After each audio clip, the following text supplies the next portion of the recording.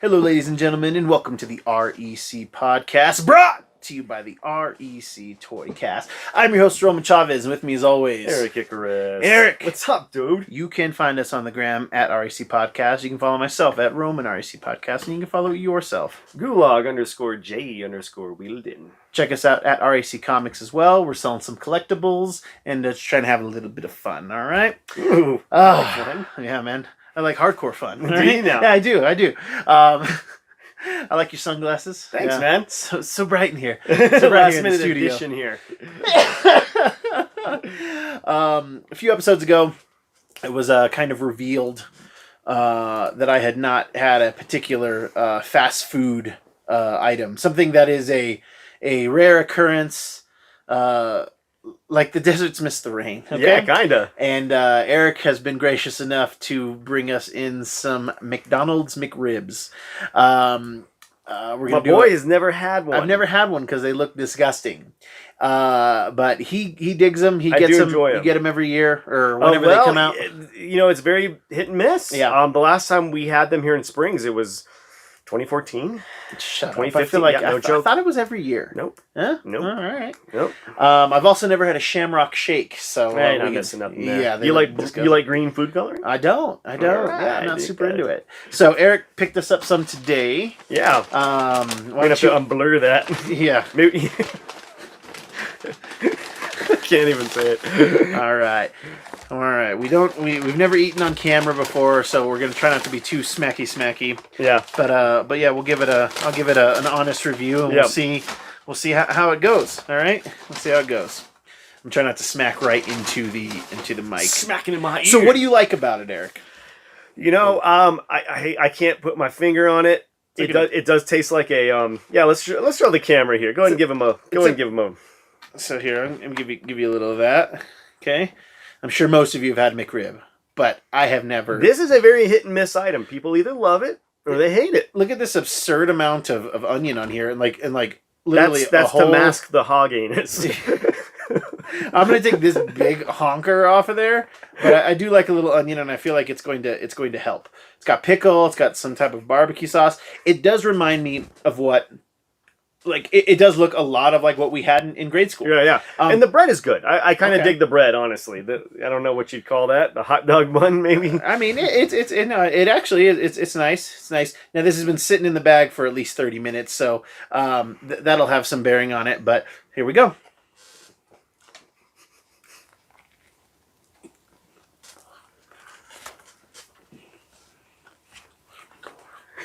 You know, man, it's not bad. I'll take not bad. That's not bad. Yeah. Okay. Yeah. Okay. Texture's not great. But it's not much worse than the burger. Sure. In terms of texture. Mm-hmm. But it is like a little. It's got that that kind of cold. There's like some space between the meat. Like there's voids. But I got voids. Yeah, but I got to tell you, Does it fill the void? I don't know that I'd ever crave it. Interesting. But I don't hate it. Okay. Friend of the show, Dave, was very adamant that I have one because I think he's a big fan of the McRib. See. But yeah, I would Maybe order it. I might order it. I don't know. Like if somebody brought me one, I wouldn't. You're not gonna say no. I wouldn't spit it in your face. All right. Fair enough. I will join you. I'm gonna take a bite out of this. Well, I've already had it 3 times because I am a fan of this, and I get two responses to that. I say, oh, the McRib's back. I either get, oh, nice, or ew. Yeah. Those are the 2 responses I usually get. So. Well, that's good. That's good enough to finish later. So I'm actually kind of excited about that. So all right, McDonald's, you win this round. Dave's gonna chastise me because he's been wanting me to eat one for years. Oh, really? And I've said no. No. Now you did it on camera. We did it. We did it for the show, and it was fun. Yeah, it was fun. We'll have to see what other things I haven't eaten or you haven't eaten. Yeah. Yeah. We'll have to get there. What's that one thing we used to always eat at back in the day? How dare you? How dare you? Abba Zabba was always my friend. So, let's get back on track. Yeah, let's do it, man. Don't let the tanginess detract you. I'm trying not to. I'm trying not to let that luscious McRib. It could do with some smoke. It needs a little bit of char, a little bit of smoky. Yeah, I think it'll kick it up. I'm not getting it at all. Like a Whopper style char would be really nice with that. I would dig it. Okay. I would dig it. So we know that the WB is releasing, simultaneously release their films for the 2021 slate. Right. I'd say for most of the year. I don't think it's going to be for the whole year as long as everything goes straight with the vaccine. Let me turn my volume, turn my headphones up. I turned it down for the lip smacking McRib. The film industry, especially the theater business, is on full tilt because like this wasn't part of the deal, Blackheart. All right, you said if the theater industry opens, you will release content. Yes, you didn't do it. No. You shortened your windows for video on demand, which hurts the industry. Mm-hmm. It's really just it is corporate greed, and I understand where they're coming from, and I know. They say, oh, it's AT&T making these decisions, and they've never run a studio, but it's really going to set like a weird precedent. I think long term, again, I've said this, it's not viable because you want your $1 billion movie. You want people to only go to the theaters. Yeah, totally. That's where you're getting so much of your nut. But turns out the filmmakers, and I need to quit smacking so much into the mic. Turns out the filmmakers and the actors are starting to kick up a big stink, especially people like Christopher Nolan. Christopher Nolan is going hard on the industry, talking major crap about Warner Brothers, about AT&T. The director of Dune doing the same thing, because is that Denis Villeneuve? Yes. Is he doing Dune? Yeah. He is like, he released a statement like, I didn't make this movie for Disney Plus. Like, right. I made this movie for like theatrical release. Something like Dune, it needs to be a spectacle. Mm-hmm. Like we said about a lot of these superhero movies, they're spectacles. They are meant to be enjoyed in a cinema, at your Cinemaplex with the surround sound and the big screen, and then you bring it home onto your Blu-ray. Yeah, I feel like we're being shortchanged on our entertainment, but the world is the way it is. Yes. And I understand that they have to make certain decisions that are hard decisions. They're studios. They have to be able to still make their money. Yes. Still put out content. Because I think we mentioned on a previous episode, they're getting backed up. Oh, yeah. Completely. They need to start putting stuff out, or they're going to be, okay, we wanted to release this, this year, but now we have to push it back 3 years. Yes. So we have to kind of maybe give them a break here. Like, okay, listen, it's not great circumstances, but do you want the cool thing you were promised this year to come out? Yeah. Or do you want it 3 years from now? We got to remember that there is sunk cost already into these films. Big time. Especially a few of these movies we'll be talking about. But what we didn't see coming was that the back end. The backside? The backside. We didn't see them coming around from the backside. And again, Denis Villeneuve, some of these other directors and actors, they're like, this is going to affect our bottom line because like a lot of these guys work out deals where they get credits or they get points. That's where they make money on the back end of their money. Yeah, they're getting a percentage of that box office sale. If it hits this number by this day, there's bonus. There's all kinds of ins and outs on these deals. With Wonder Woman, it was released, and I don't know if these numbers are concrete, but from reputable sources that Patty Jenkins, the director, and then Gal Gadot were given something like $10 million a piece. Like, hey, you're not going to make your back end sales for Wonder Woman, so we're gonna give you guys a bonus, and that's what it is. But Christopher Nolan, Denis Villeneuve, other actors and directors, they found out that their movies were getting released when we found out. Yeah, I would. So they were not spoken to about this, and and Warner Brothers and AT&T definitely aren't cutting checks to every film that was slated for 2021 to get a full theatrical release. Yeah. So they're not cutting $10 million checks or whatever, residual checks. No. It affects. So I think that's going to be the saving grace for the theater industry, for the movie theater industry, is the fact that people like, Tom Cruise, like they want to be box office successes. They want to keep him around. Yes, rightfully so. Yes, so we have a couple directors, Nolan, who I like most of his movies, and I like Denny's a lot of his movies as well. But for them to get this upset about not getting a $10 million sort of condolence prize, a consolation prize. You got to remember, Patty Jenkins and Gal Gadot with this Wonder Woman movie were promised release date after release date. So I'm kind of thinking in a weird way that this is making up for, everything for them. Like, sorry, this was supposed to come out 2 years ago. Yeah. But, now it's not going to get the real release you wanted. I do like your point there because, they were, like you said, almost 2 years ago that this movie's been made. So I agree with you there. But I think that this is going to be good for an industry that employed tens of thousands of people. Right. In our town, movie theaters are shut down. Yes, it's unfortunate. They were doing well. Yes. In relative terms, and it's just kick after kick to the fandom, that movies had been moved around so much that the streaming thing is happening.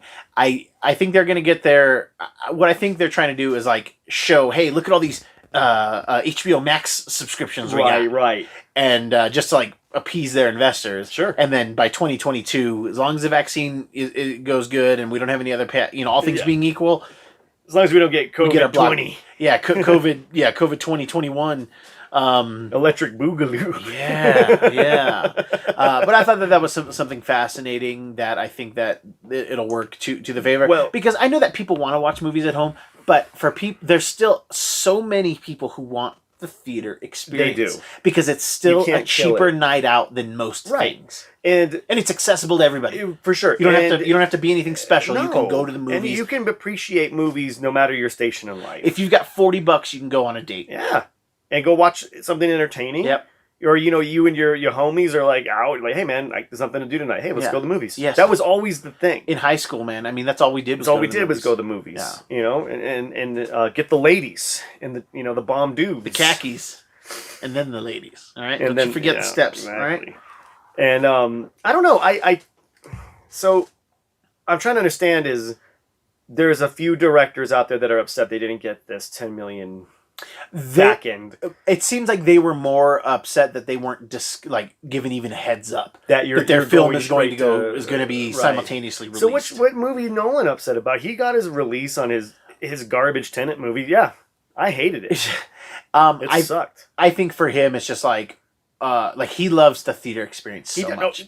That guy is. When you think of a Tarantino cinephile, cinephile, and Nolan is a cinephile to the bone. Like that guy appreciates like not film as a as an entertainment thing, as a vessel for entertainment. He appreciates film. Yeah, the film. Yeah.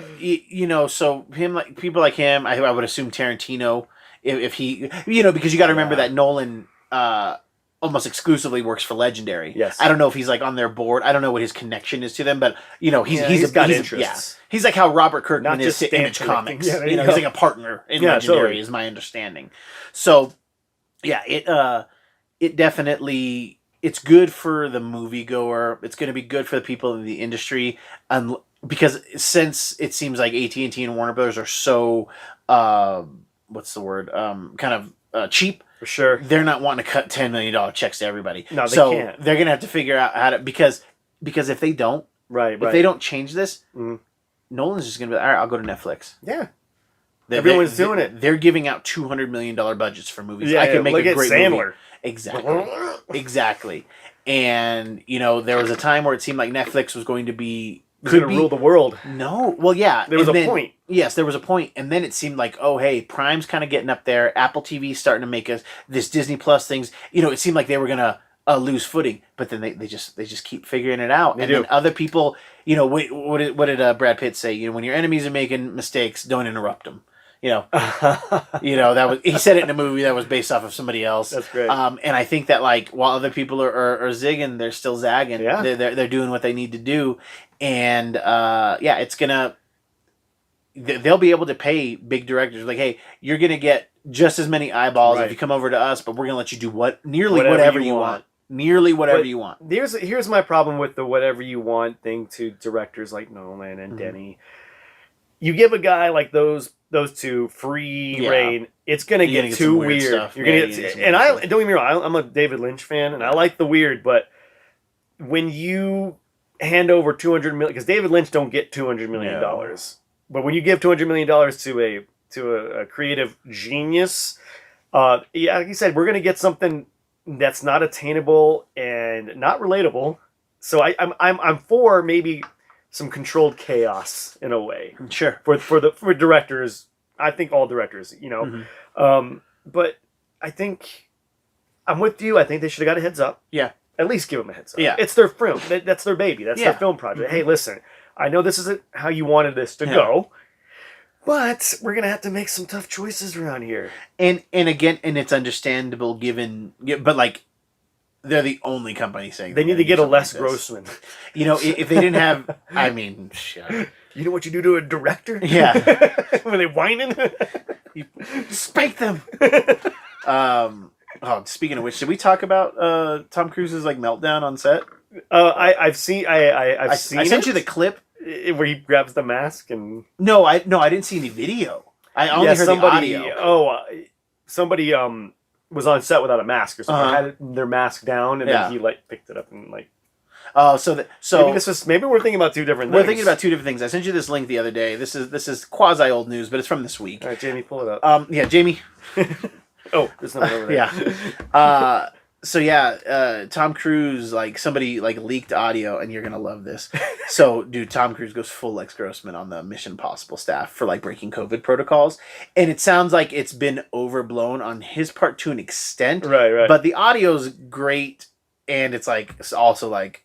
Oh, come on, man. Give me like the clip notes. Okay. So he's basically telling him, he's dropping F-bombs. So someone comes in, breaking protocol. So what they were doing... Because he had a bubble, basically. Yes, he rented yachts for everybody to keep them, like, on the water. Which is like, scary. to keep them quarantined and everything. Like, yeah, but, those things were full of good money. They're having to sit through Scientology things. Yeah, they're getting their theta levels tested. But whatever, dude. It's all good. It's probably got dope food.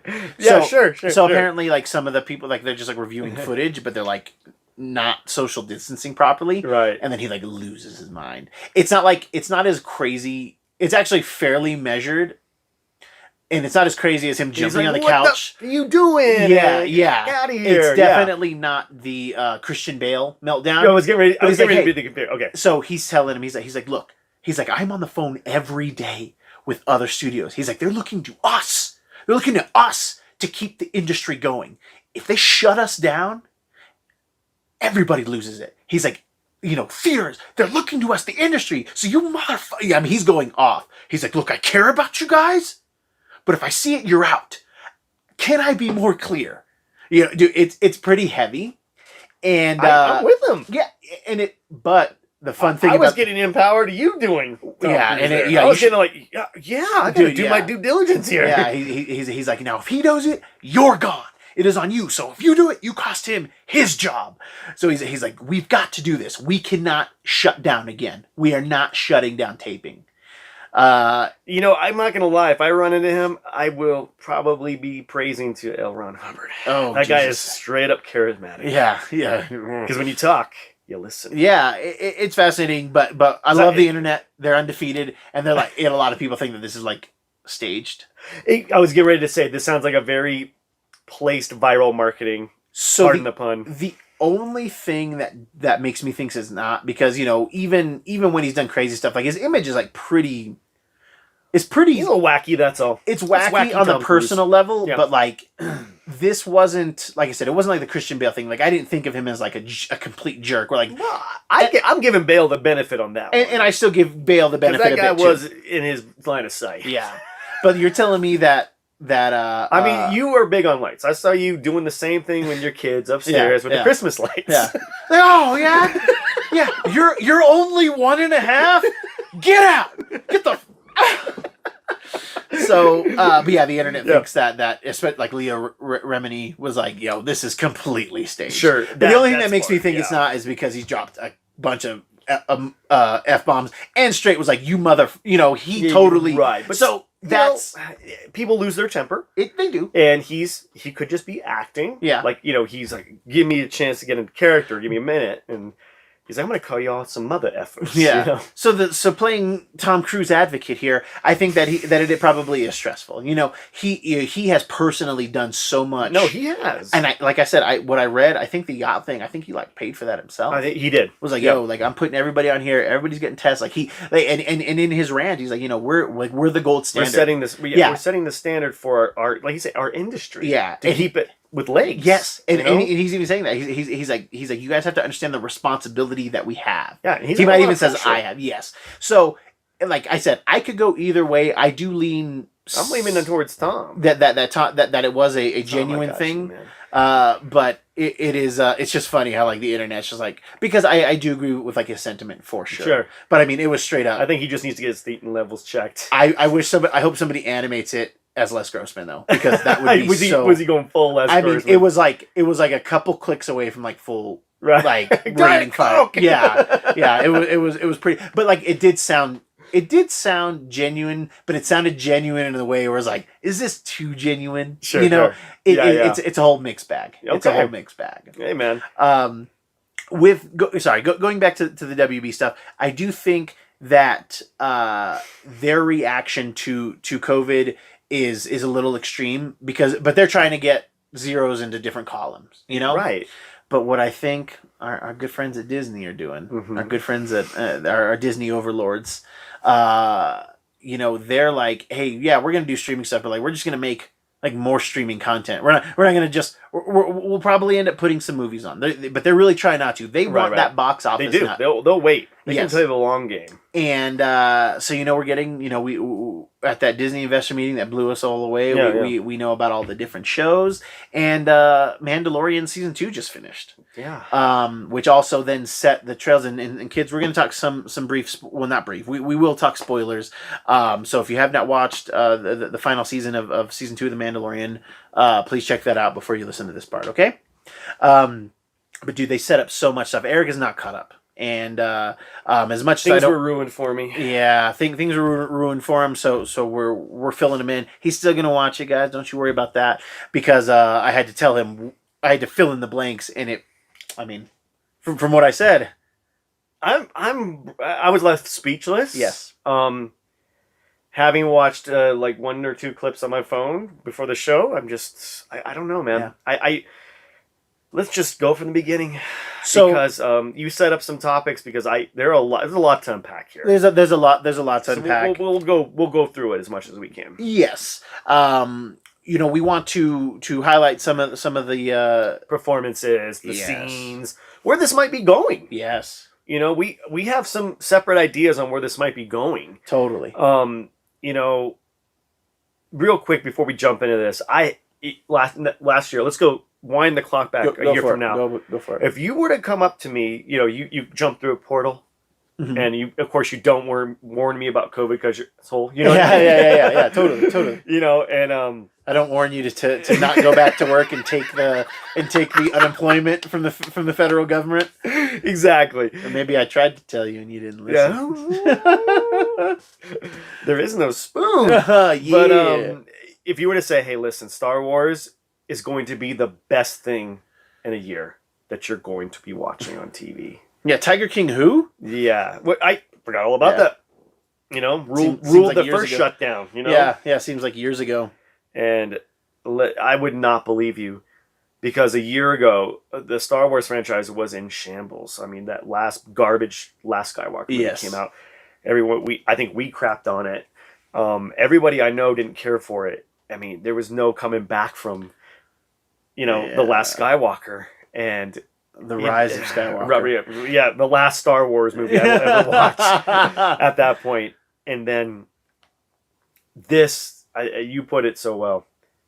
What they're doing, what Jon Favreau's doing with his team, this is the new hope. Yeah. This is setting up so many amazing things. The highlights of the season really do come down to us getting live action Ahsoka Tano, Rosario Dawson, the fate of Boba Fett revealed. I mean, oh my gosh, finally. Very, very good action there. Finally getting the child's name as Grogu. Bo-Katan live action. I mean, so cool to get this expanded universe stuff that they were straight up.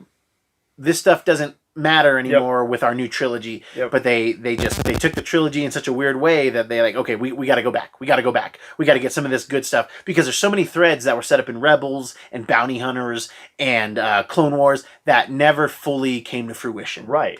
See, Mr. Lucas, if you just look at your fan base. Yes.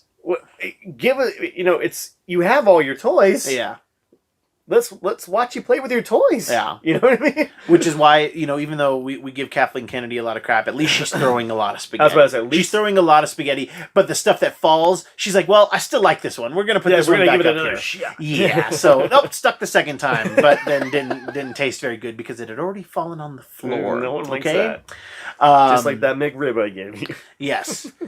And in the, in the season finale. Yes. Which, I mean, we had so many fantastic directors this season, which were other great high points. Robert Rodriguez did the episode with Bill Burr this season. Yeah. Peyton Reed did the season finale. We had Bryce Dallas Howard, Carl Weathers.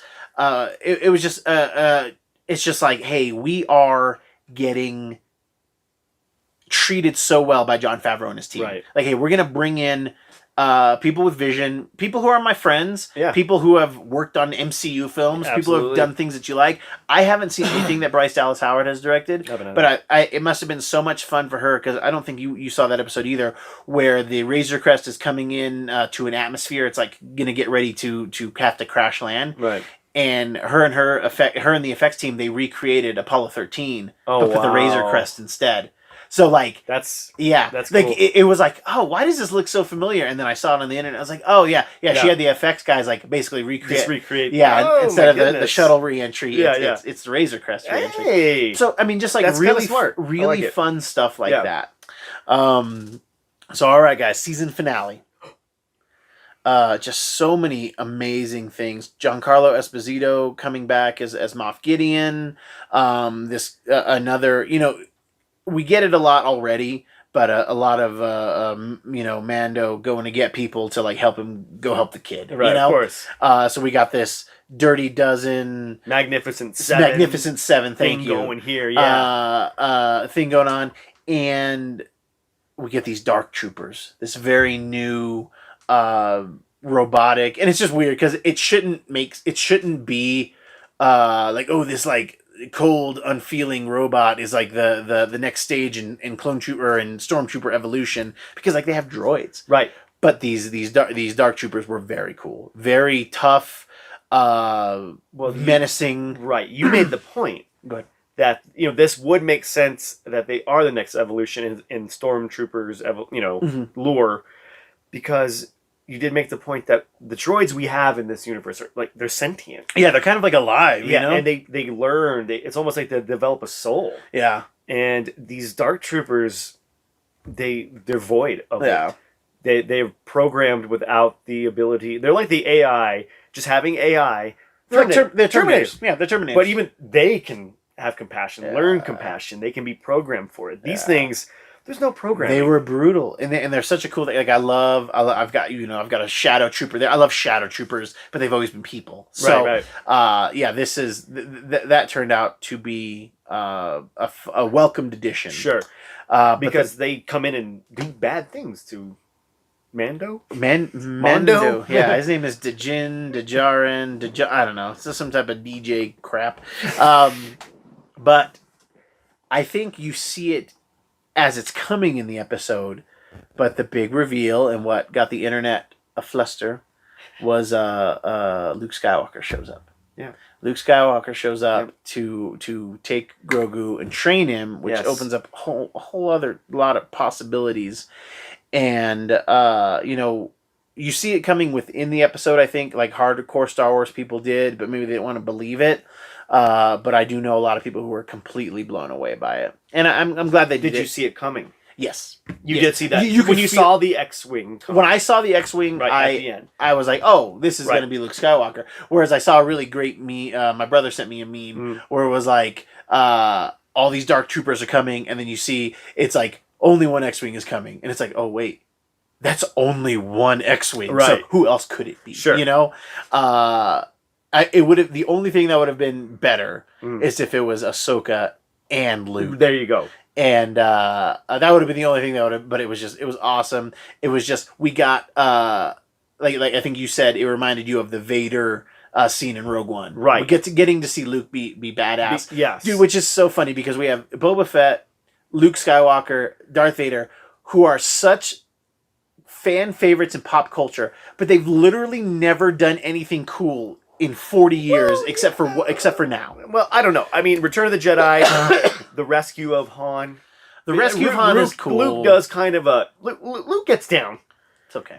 For what it was. He gets down. Yeah. Boba Fett still, riding the coattails that he just looks cool. He just looks cool. Even Darth Vader. Darth Vader just looks cool in the original trilogy. And he does the Force chokes, which are neat. But but I can just walk 2 feet to you and get some real satisfaction. Exactly. Yeah. I want to feel skin on skin. Yeah, brother. I want to choke. But that like last minute and a half on Rogue One is so amazing. Boba Fett in this show, dude, has been awesome. Like, he has this fight, like, once he gets his armor back, like, and it's funny because, like, the actor's got kind of like a gut, so it's kind of goofy on him, but he has like a great fight. But then we see him fight some younger Mandalorians, and like, even though he's like avoiding them with skill, when they get their hands on him, it's like, oh, you're a clone, you know? Right. So like, what kind of starts the episode is like Fett shows up, wants his armor back.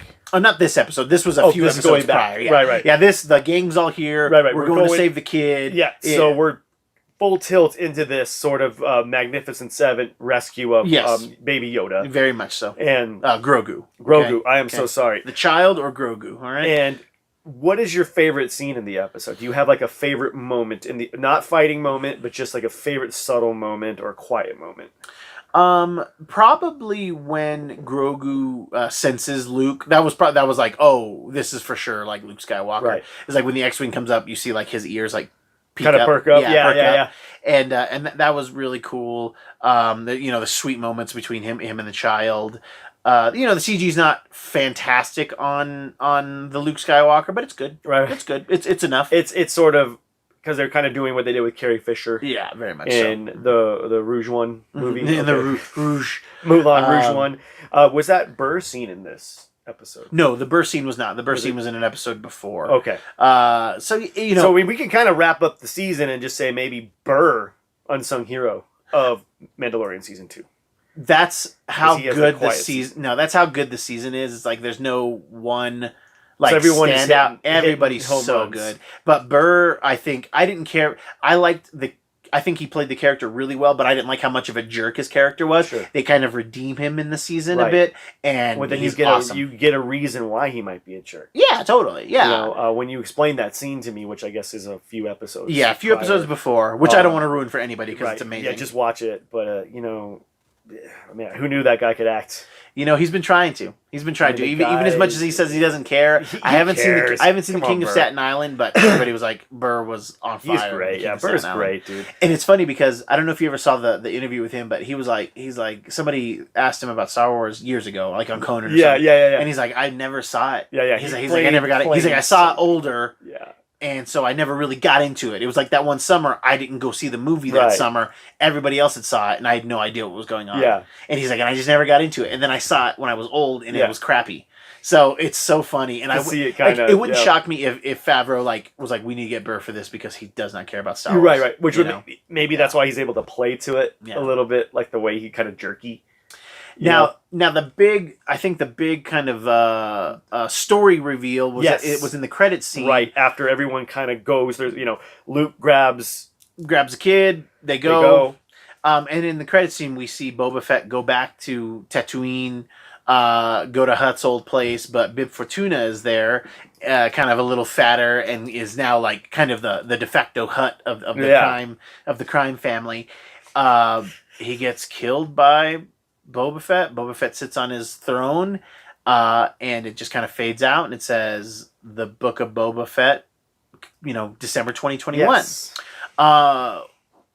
Now, I have a weird memory of this. I have a memory of this being announced, that Boba Fett was going to be getting his own spinoff. I remember us talking about this. And then that maybe season 3 of Mandalorian wouldn't be about Mando, but would be about Boba Fett. Right. It'd be like, and so I don't know. I think we talked about it on an episode. I don't know if we talked about it on an episode, but I felt like it was something that was, I don't know.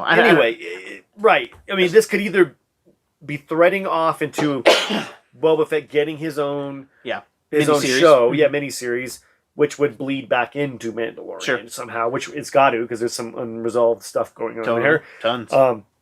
Or this is just going to be season 3 of Mandalorian. I'm good for either. Like I'd be kind of fine to kind of let the Mandalorian like ember cool down a bit, and then just like them bring it back hard in season 4 because I don't know that they're gonna release Mandalorian and Boba Fett in the same year. I don't think they will, especially with all of the MCU stuff that they have planned. Right. It seems like they're trying to do like one big thing a quarter. Totally. So I don't know. I'm not really sure. Do you think in a Earth 2, do you think this could have been a movie? Do you think this whole Mandalorian thing, like the 2 seasons we've gotten, could have been boiled down to a 2.5-hour movie? It could have, but it wouldn't have the impact. Okay, like, I'm just getting ready to say, do you think it would be good? No, I think it would be good, but it just wouldn't have the impact. Like being able to get in these, some of the episodes were really short this year. They were 30 minutes, some of them. Sure. Some of them were close to 50 minutes. Right. You really get the... It's nice to get that connection between him and the child. Right. Which I don't think we would have gotten as much in just like a 1 or 2 film thing. So I think that, again, the Star Wars is serialized. It just had been always serialized as films when it's like, it might be better suited for this. Right. Or, I mean, that's the beautiful thing about Star Wars is like, there's so many stories to tell. Yes. And just like the MCU, so many stories to tell. And then some stories play better just spread out. Totally. I mean, look at our Netflix Marvel heroes. Yes. Those would only work on like a long platform show. You know what I mean? And it's nice for them to kind of like, it seemed like they're trying to really rally up like kind of the original trilogy stuff and like put a finer bow on it. Yeah. Because really, they still have a break glass in case of emergency in the Knights of the Old Republic stuff. Oh yeah. We want to do Darth Revan. We want to see Darth Malak. We want to get that stuff. So they still have that, stowed away. Right. In case of a rainy day happens. But it seems like they're going to be able to start turning this into other things. So could you see any of this splintering into a movie? Anything they're setting up here? It would be fascinating for them to take a show and then take reverse it, it, and then take it into the films. Yeah. Because I think it is a big step for them to take in terms of the MCU stuff from film and then do some shows based around it. Right. They're like little satellites to the planet. Yeah. It's I'm excited for the Star Wars universe. I'm very excited to see where this is going to go. Yes. I really hope they keep all the characters we have still coming in and out. Yes. I don't want to lose Gina Carano. No matter, you know what I mean? Yeah. Regardless of what she has said or done, it doesn't matter. Her character is great. Dude. Yeah, and it sounded like they were going to give her own series, and they may have been put on the back burner. Yeah, I think so. But they're not getting rid of her because she is a fan favorite. She's great. She is a fan favorite of the show. So, yeah, what do you think? I mean, if you're rating this on a 5, what are you giving season's great. It's a 4.5, 4.9. Like, it was just really good. There was like the first couple episodes were just okay with some really high peaks. Sure. But it was just like really slow. But by episode 4 or 5, it just like it went for it. So the first half is fine. Right. The last few episodes are great. Cool. So we set up some good stuff. Some good stuff. Pulling on that thread. I like it, man. Kids, that's our show. Hey, I'm excited to eat this McRib. I can tell you that much. This cold 2-hour McRib. If you like what we're doing, please hit that subscribe button. I thought it was MC Rib. Yeah. Oh, gross. I hate this so much. It tastes so bad. Hit that subscribe button. Give us a like. Let us know what you think of the McRib in the comments. Hashtag not a sponsor, okay? What did you think of this year's Mandalorian? Do you like the McRib? Tell me what you think about the McRib. Have I been crazy to wait this long, or did I let it mature like a fine wine? I don't know. All I know is I'm very excited about this. Eric, do you have any final thoughts for us today? Nope. You're just smacking. Smacking. Is it still good? Oh, it's actually pretty good. It's Yeah. pretty decent cold. I'm Yeah, it a is, little yeah. shocked at that. Yeah, yeah. I'm a little shocked at that. Yeah, man, get with MC Rib, baby. MC Rib, he'll treat you right. Thanks for listening. Thanks for watching. I have been your host, Roman Chavez. I'm so Erik Icarus. And we will catch you on the next podcast.